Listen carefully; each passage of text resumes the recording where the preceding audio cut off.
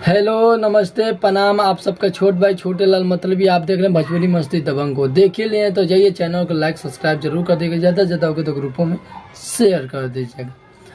Power star Pawan Singh को सावन का पहला सॉन्ग आज आ ही गया है, जिस सॉन्ग का टाइटल है ए भोले बाबा।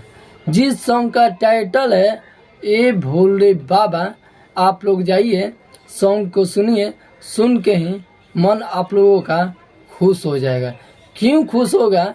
क्योंकि सॉन्ग ये पुराना अंदाज में गाया गया है और पारंपरिक ही धुन में ये सॉन्ग आप लोगों का है। जाइए सॉन्ग को सुनिए। ए भोले बाबा जिन्हें लिखे हैं विजय चौहान ने, म्यूजिक दिए हैं विकी बोस ने, गाए हैं पवन सिंह ने। इतना जबरदस्त आवाज़ में गाया गया है, सजाया गया है, इतना देख के ही आप लोगों का दिल खुश हो जाएगा। आप लोगों का सॉन्ग सुना रहा हूँ, उसके बाद बताऊंगा कि सॉन्ग को कैसा दर्शाया गया है। चलिए आप लोगों का सॉन्ग सुना रहा हूँ। भोले बाबा खोली ना हो नया नवा, अब बिहनवा भइले ना।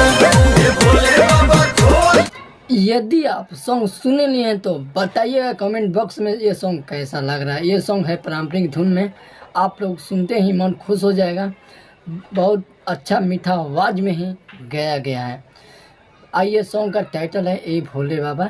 बता रहा हूँ ये सॉन्ग कैसा दर्शाया गया है। चलिए बता रहा हूँ। कुहू कुहू बोले ले कोयलिया, जग में शोर होता। उगले सूरज देव लाली लेके जग में अंजोर होता। पवन सिंह ने इस सॉन्ग को ऐसे ही दर्शाए हैं। ये मैं भाव उनका दर्शा रहा हूँ। दर्शन करे खातिर भक्तन के जुटानवा भइले ना। ए भोले बाबा खोलो ना हो नयनवा बिहानवा भइले ना। इतना सुपर डुपर सॉन्ग है, आप लोग सुनते ही मन खुश हो जाएगा। क्यों खुश होगा? ये सॉन्ग पारंपरिक ही धुन में गाया गया है और पुराने अंदाज में ही आप लोगों का सॉन्ग आया हुआ है, जिस सॉन्ग का टाइटल है ए भोले बाबा। चलिए आप लोग सॉन्ग जाइए, माँ अम्बे फिल्म्स पर रिलीज कर दिया गया है। जाइए सॉन्ग को सुनिए और सुन के बताइएगा ये सॉन्ग कैसा लग रहा है।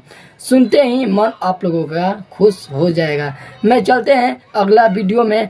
आप देख रहे हैं भोजपुरी मस्ती दबंग को। देखिए लिए हैं तो जाइए चैनल को लाइक सब्सक्राइब जरूर कर देगा और ज़्यादा हो तो ग्रुपों में शेयर